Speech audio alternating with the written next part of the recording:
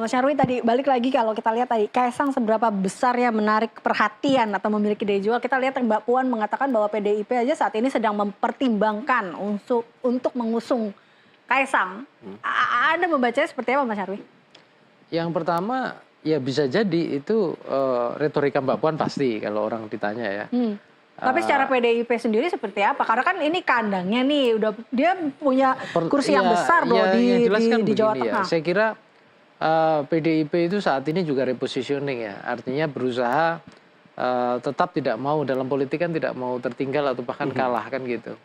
Nah tentu ada berbagai kemungkinan yang akan dicoba kan gitu. Nah artinya bisa jadi bukan tidak mungkin ya.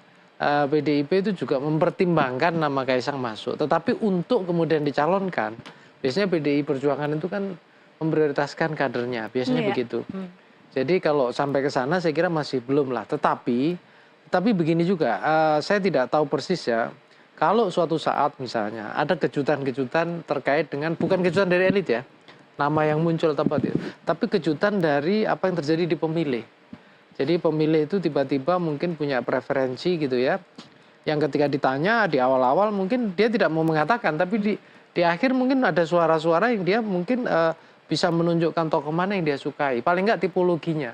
Misalnya contoh, lebih suka mana gitu ya. Gubernur Jawa Tengah itu yang lebih muda gitu. Atau yang matang, yang menengah atau bahkan lebih senior. Misalnya begitu contoh gitu ya. Tidak usah sebut nama misalnya.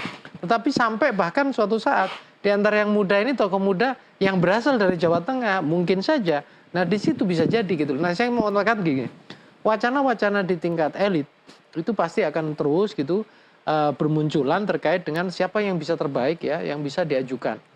Tapi balik lagi, biasanya elit dari partai itu kan punya kriteria, ya kriteria untuk kayak bahasa-bahasa yang dipakai uji kelayakan ya. Uji kelayakan untuk memilih sosok calon gubernur atau wakil gubernur atau kepala daerah, wakil kepala daerah. Nah kriteria ini pertanyaannya nyambung nggak dengan apa yang dibutuhkan masyarakat kan gitu.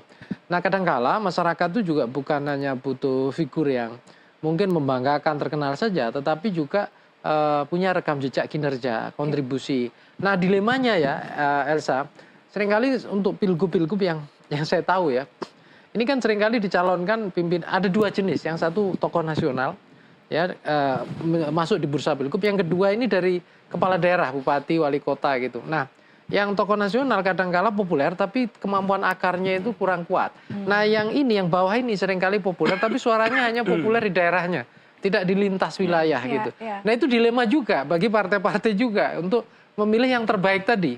Terbaik itu artinya kompetensinya bagus, bisa diandalkan gitu ya.